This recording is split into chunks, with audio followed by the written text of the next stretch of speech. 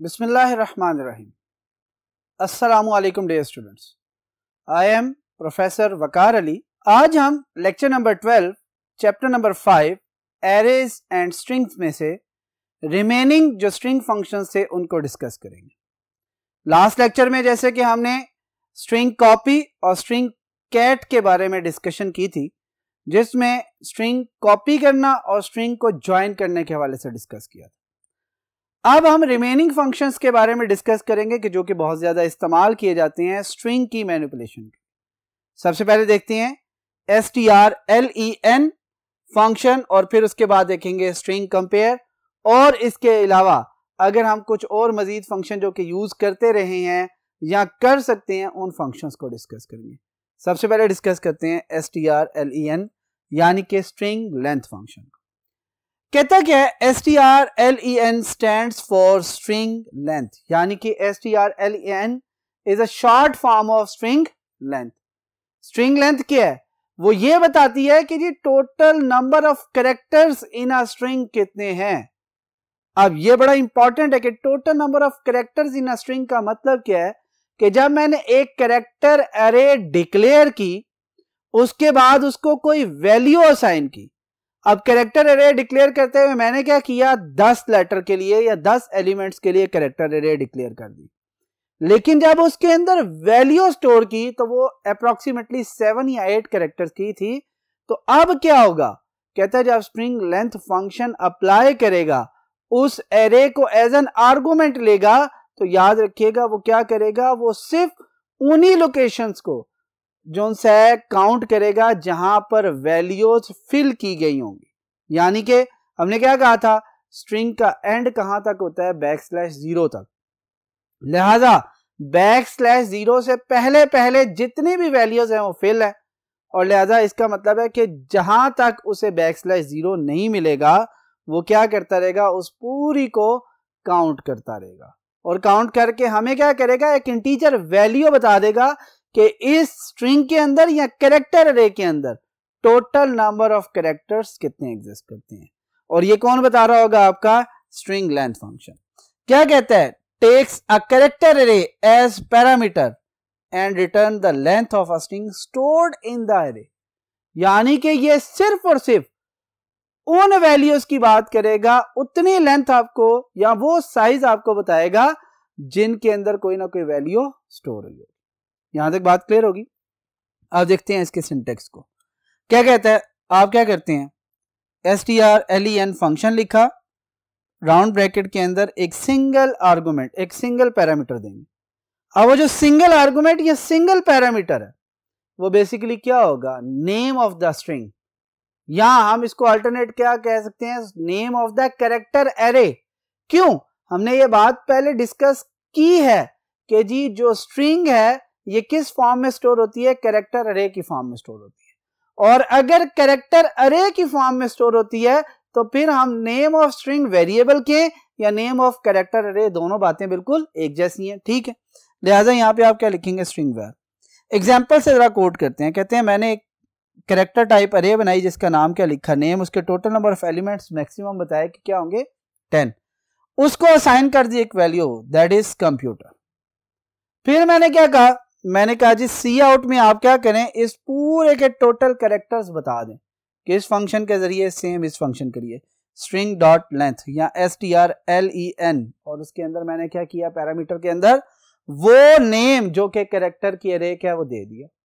यहां पे जरा गौर करें, अगर हम काउंट करें तो हमें पता चलता है कि कंप्यूटर के अंदर 1 2 3 4 5 6 7 एंड 8 कैरेक्टर्स है, यानी कि इसकी टोटल लेंथ की अगर बात की जाए तो वो क्या होनी चाहिए, 8। लिहाजा ऐसा ही होगा, क्या होगा कि जी वो नंबर ऑफ कैरेक्टर्स जो कि आपने स्टोर किए हैं वही देगा आपको। ऐसा नहीं है कि वो कहे कि जी ना इस नेम की लेंथ क्या है 10, नो। ये बात याद रखिएगा, पहले भी बता चुका हूं कि सिर्फ उन लोकेशंस को जो से रिटर्न करेगा जहां पर वैल्यूज आपकी क्या हुई होंगी, फिल हुई होंगी, वो चाहे यूजर के जरिए हुई हो या चाहे प्रोग्रामर असाइन की हो या इनिशियलाइज की हो।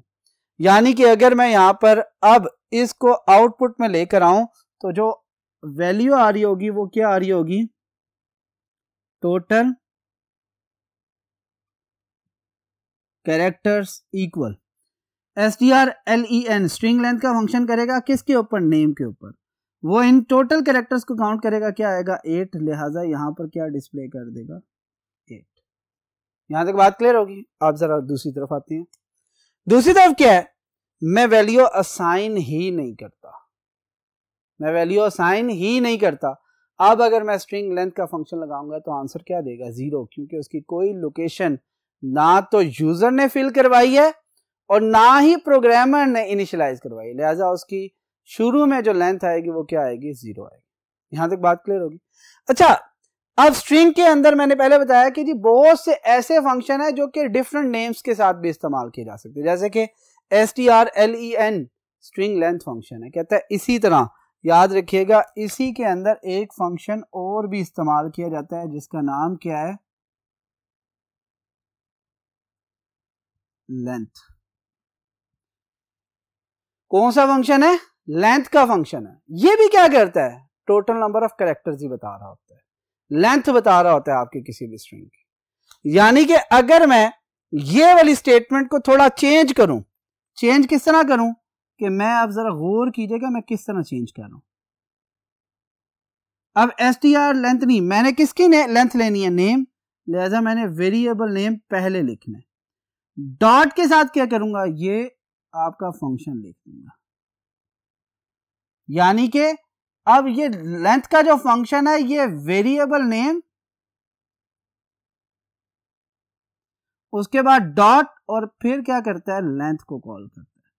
और इसके अंदर याद रखें कोई भी आर्गुमेंट नहीं है, कोई भी पैरामीटर नहीं है, जबकि strlen के अंदर क्या था, एक सिंगल पैरामीटर, वो क्या था, कैरेक्टर अरे का जो नेम है।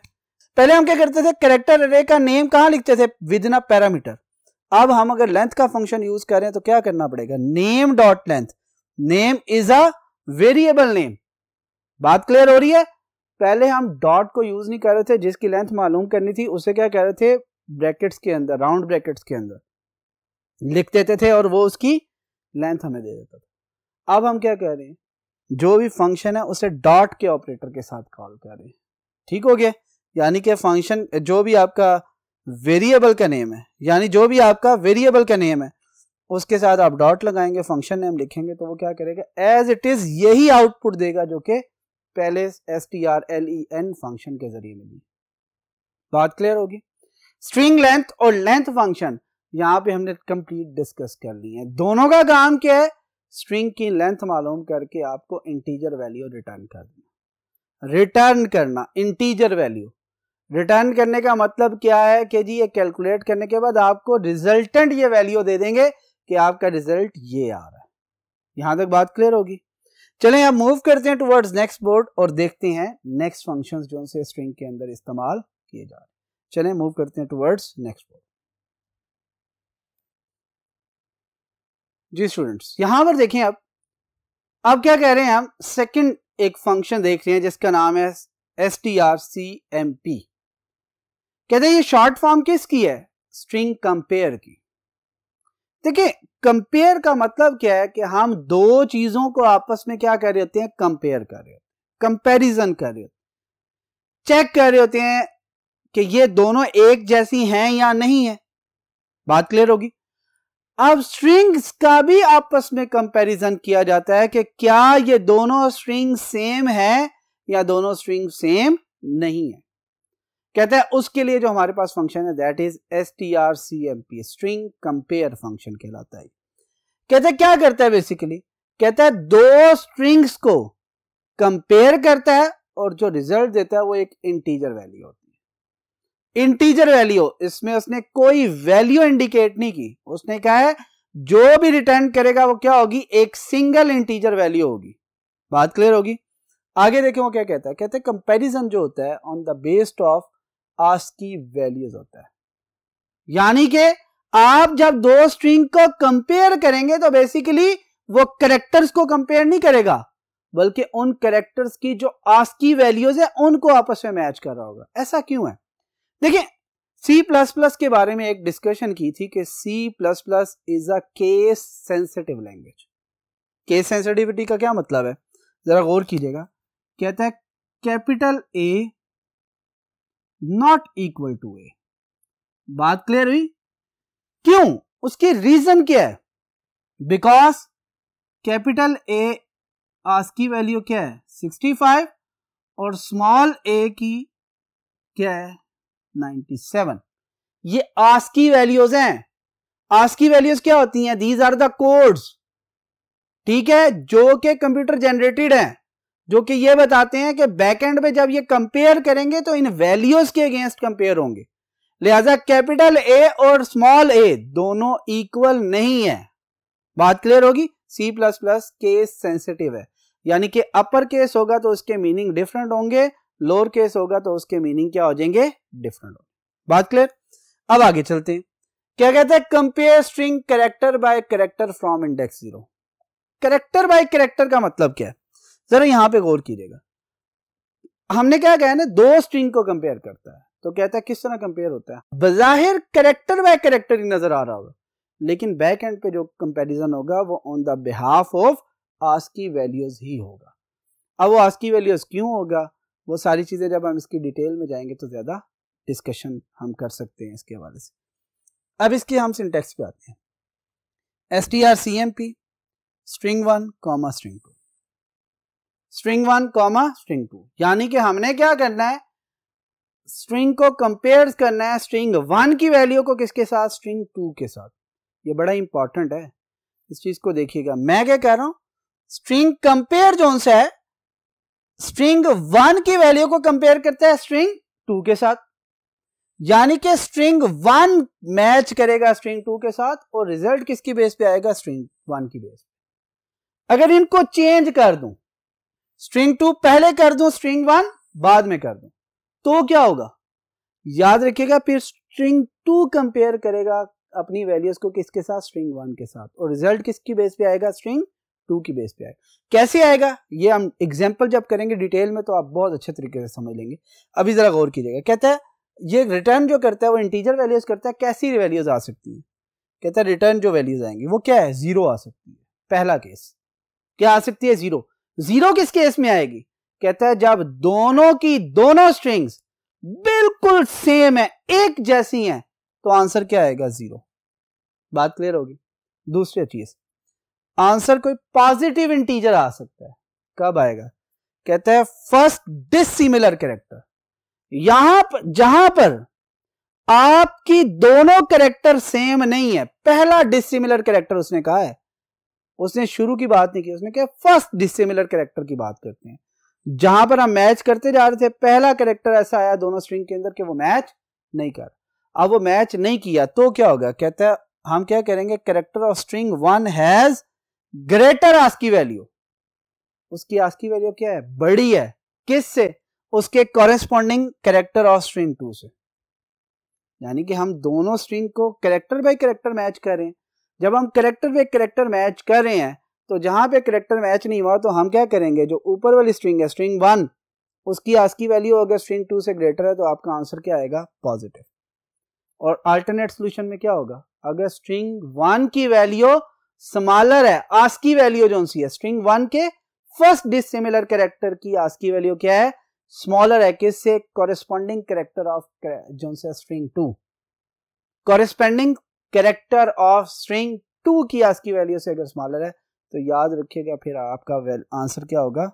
नेगेटिव होगा। यहाँ जो वैल्यू आपको रिटर्न हो रही होगी वो क्या होगी?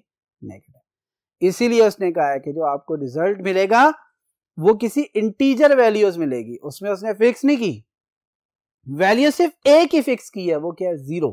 किस केस में? अगर दोनों स्ट्रिंग आपकी क्या है? मैच है, एक जैसी। अगर दोनों स्ट्रिंग मैच नहीं है तो फिर आस्की वैल्यू की बेस पे कंपैरिजन होगा। अगर पहले वाली की जो आस्की वैल्यू है बड़ी है तो पॉजिटिव इंटीजर, अगर सेकंड वाले की बड़ी है तो नेगेटिव इंटीजर। यहां तक बात क्लियर होगी? अब मूव करते हैं और इसी चीज को एवेल्युएट करते हैं यूजिंग सम एग्जांपल। चलिए मूव करते हैं टुवर्ड्स नेक्स्ट पॉइंट। जी स्टूडेंट्स, आप देखें यहां पर हम एक एग्जांपल कर रहे हैं किस चीज की? स्ट्रिंग कंपैरिजन की।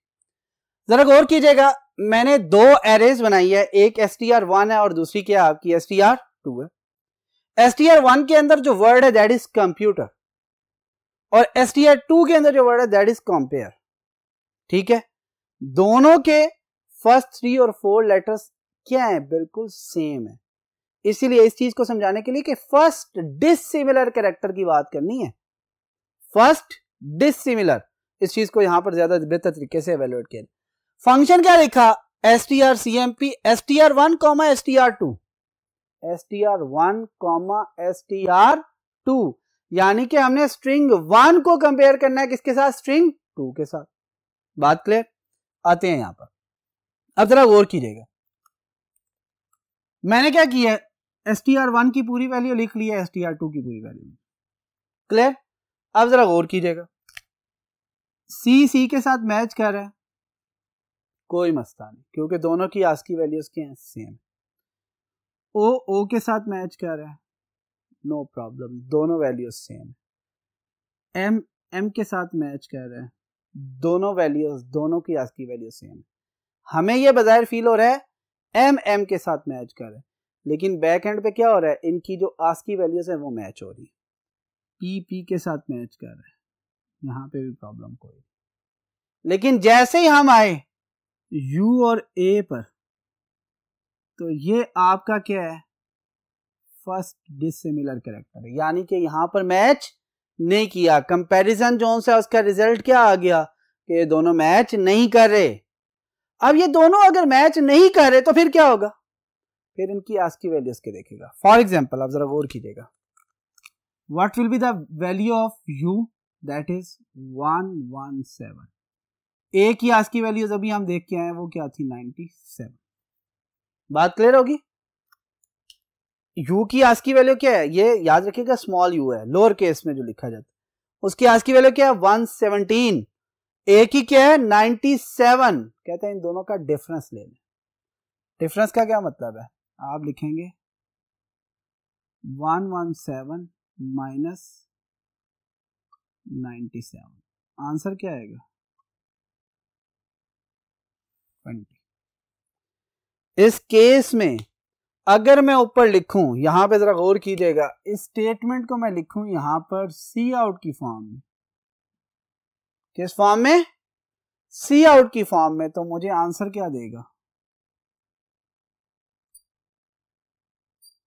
20। बात क्लियर होगी? मुझे आंसर क्या देगा, 20। क्यों? क्योंकि u की आस्की वैल्यू क्या थी, बड़ी है, और a की आस्की वैल्यू क्या है, कम है, लेस है। लिहाजा u माइनस ए जब करेंगे तो इसका आंसर क्या आएगा, पॉजिटिव आएगा।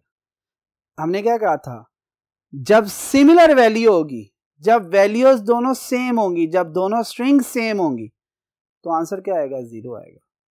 अदरवाइज आंसर या तो पॉजिटिव आएगा या फिर नेगेटिव आएगा। अब जरा गौर करें दूसरे केस में हम क्या करते हैं, जरा अब हम लॉजिकली इसे देखेंगे। मैं str2 को कंपेयर करता हूं str1 के साथ। str2 को किससे कंपेयर कर रहा हूं, str1 के साथ। इसका मतलब है str2 को लॉजिकली ऊपर चले जाना चाहिए, str1 को क्या होना चाहिए, नीचे आ जाना चाहिए। पहली 4 वैल्यू तो सेम रहेंगी। अब क्या होगा उस केस में, जब तो उसमें केस में होगा a माइनस यू, उस केस में क्या होगा, a माइनस यू। ए की वैल्यू क्या है, 97, इसकी क्या है, 117। वो 97 माइनस 117 जब आएगा तो क्या हो जाएगा, 97 में से 117 करेंगे तो -20 आंसर आ जाएगा। इसका मतलब क्या है, जो फर्स्ट स्ट्रिंग है उसका जो फर्स्ट डिसिमिलर कैरेक्टर है उसकी आस्की वैल्यू स्मॉलर है as compare to the corresponding character of the second string. देखिए ना, a और u है, a की वैल्यू 97 है, u की 117 है। लिहाजा अगर a ऊपर होता, u नीचे होता तो a माइनस यू आता, a माइनस यू आएगा, a माइनस यू आएगा तो 97 माइनस 117 क्या हो जाएगा, -20। तो उस केस में आपका क्या हो गया, आंसर या तो पॉजिटिव आ रहा है डिसिमिलर के केस में, या फिर नेगेटिव आ रहा है। और पॉजिटिव और नेगेटिव की बात भी समझ में आ गई है कि अगर आस्की वैल्यू पहली स्ट्रिंग की बड़ी है तो ऑटोमेटिकली क्या होगा, पॉजिटिव। अगर आस्की वैल्यू पहली स्ट्रिंग की लेस है तो क्या होगा, जो नेगेटिव आपके पास वैल्यू है। दोबारा बता रहा हूं, रिपीट कर रहा हूं, ये अगर पहली स्ट्रिंग की आस्की वैल्यू बड़ी है तो क्या होगा, पॉजिटिव वैल्यू आएगी। और अगर पहली स्ट्रिंग की आस्की वैल्यू स्मॉलर है तो आंसर क्या आएगा, वैल्यू क्या आएगी, नेगेटिव आएगी। जैसे कि अभी हमने कहा है u माइनस ए करें तो क्या आता है 20, a माइनस यू करें तो क्या आता है -20, क्योंकि a की पोजीशन चेंज करने से, ऊपर नीचे करने से ऑटोमेटिकली प्लस और माइनस में डिफरेंस आ जाए। क्लियर हो गया यहाँ तक। इसके अलावा कुछ मजीद फंक्शन है जिसमें हमारे पास फाइंड का फंक्शन है। करता क्या है, कहता है use to find the position of character और स्ट्रिंग। कहता है किसी एक बड़ी स्ट्रिंग के अंदर आप क्या कह रहे होते हैं, यहां पर अगर पोजीशन ऑफ कैरेक्टर और स्ट्रिंग की बजाय इसे अगर हम वर्ड लिख लें तो ज्यादा बेहतर है। हम क्या कर सकते हैं, use to find the position of character और वर्ड, यानी कि किसी एक सिंगल कैरेक्टर की पोजीशन को देखना या फिर किसी एक वर्ड की पोजीशन को देखना। इसके लिए कौन सा फंक्शन यूज किया जाता है, फाइंड का फंक्शन यूज किया जाता है। फाइंड के लिए आपके पास जो सिंटेक्स है फाइंड, और इसके अंदर आप वो कैरेक्टर या स्ट्रिंग देख रहे होते हैं। अगर तो कैरेक्टर को फाइंड करना है, it must be enclosed in single quotation mark, और अगर आप स्ट्रिंग लिख रहे हैं या वर्ड लिख रहे हैं तो उसे किस में लिखेंगे, डबल कोट्स के।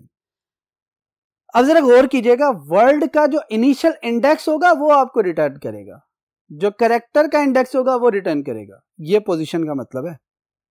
ऐसा नहीं है कि कैरेक्टर है तो उसका तो एग्जैक्ट इंडेक्स आ सकता है, तो वर्ड के केस में भी क्या करेगा, जो वर्ड होगा ना कंप्लीट, उस वर्ड का जो स्टार्टिंग इंडेक्स होगा वो आपको डिस्प्ले करेगा कि ये इंडेक्स है। अभी हम एक एग्जांपल सिंपल सी लेते हैं। फॉर एग्जांपल str1 मैंने वही लिया है, str1 डॉट फाइंड, और फाइंड क्या कर रहा हूं, u।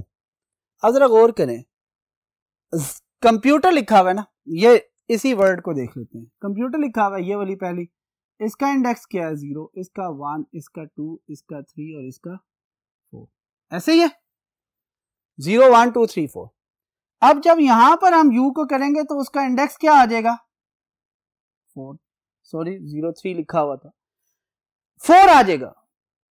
क्यों, क्योंकि ये इंडेक्स जो सी है वो पोजीशन बता रहा होगा कि जी इसके अंदर यहां पर इसका इंडेक्स क्या है। बात क्लियर होगी। सेम इंडेक्स का मतलब यहां पर हम क्या कह रहे हैं, पोजीशन देख रहे हैं कि जी एरे के अंदर, स्ट्रिंग के अंदर u की पोजीशन कौन सी है। अब आगे चलते हैं। एक और फंक्शन है जिसका काम क्या है, स्वैप। स्वैप का क्या मतलब होता है, इंटरचेंज कर लेना। फॉर एग्जांपल जरा गौर कीजिएगा, मैं क्या करता हूं, इन दो मार्कर की ये पोजीशन इस वक्त क्या है, ये राइट हैंड पे है, ये क्या है, लेफ्ट हैंड पे है, ठीक है। मैं क्या करता हूं, स्वैप करता हूं। स्वैप करने का मतलब है कि मैं इन दोनों की पोजीशन को क्या कर रहा हूं, चेंज कर रहा हूं। अब राइट हैंड में मेरा क्या आ गया, ब्लैक, लेफ्ट हैंड में मेरा क्या आ गया, ब्लू, ठीक हो गया। ये इंटरचेंज कर दिया, पोजीशन को इंटरचेंज करना बेसिकली क्या कहलाता है, आपका स्वैपिंग कहलाता है। स्वैप का फंक्शन भी आपका एग्जिस्ट करता है स्ट्रिंग फाइल के अंदर। क्या करता है, वैल्यूज को चेंज कर देता है, दो स्ट्रिंग्स जो सी हैं उनकी वैल्यूज को आपस में इंटरचेंज, स्वैप कर देता है। अब इसका सिंटेक्स क्या है, यहां पे देखिए मैंने पूरा सिंटेक्स, वैसे तो होना क्या चाहिए, स्वैप और उसके अंदर वो स्ट्रिंग जिसको स्वैप करना है, लेकिन किसके साथ करना है, जिसके साथ स्वैप करना है उसको साथ लिखना है। यानी कि मैंने उसी को लिख दिया str1 डॉट स्वैप str2, ये एग्जांपल आ गई। अब होगा क्या, str1 की वैल्यू यहां पे क्या है, कंप्यूटर, str2 की यहां पे वैल्यू क्या है, कंपेयर। कहता है इस स्टेटमेंट के बाद दोनों की वैल्यूज क्या हो जाएंगी, चेंज हो जाएंगी। यानी कि str1 की वैल्यू कंपेयर हो जाएगी, str2 की वैल्यू क्या हो जाएगी, कंप्यूटर। हम डायरेक्ट स्वैपिंग कर सकते हैं। बात क्लियर हुई। इसके लिए हमें कोई बहुत बड़ा एल्गोरिदम लिखने की जरूरत नहीं है, क्योंकि ये बने बनाई चीजें हमारे पास अवेलेबल है, लिहाजा हम डायरेक्ट इसे क्या कर सकते हैं, स्वैप करके इंटरचेंज कर सकते हैं और इसे इस्तेमाल कर सकते हैं। यहां तक बात क्लियर होगी, गुड। आज के लेक्चर में हमने 5 फंक्शंस की डिस्कशन की है स्ट्रिंग से रिलेटेड, जिसमें सबसे पहले हमने str, len स्ट्रिंग लेंथ, फिर हमने सिंपल लेंथ फंक्शन, फिर हमने बात की स्ट्रिंग कंपैरिजन की, उसके बाद की फाइंड की और उसके बाद की स्वैप की। ये सारे के सारे फंक्शन string.h हेडर फाइल से बिलोंग करते हैं। इनमें से कॉमनली यूज जो से हैं, जो आज के 5 हैं, उनमें से स्ट्रिंग लेंथ यानी कि str, len और str cmp हैं। स्ट्रिंग कंपैरिजन ये बहुत ज्यादा इंपॉर्टेंट है। कंपैरिजन का आपके सामने कंप्लीट डिटेल्ड डिस्कशन के बाद उसकी एग्जांपल भी इवैल्यूएट करके दिखाइए कि जी किस तरह पॉजिटिव वैल्यूज आती हैं, किस तरह नेगेटिव वैल्यू। उम्मीद है कि आज का लेक्चर आपको समझ आया होगा। इंशाल्लाह नेक्स्ट लेक्चर में आपसे मुलाकात होगी फिर। Thank you. अल्लाह।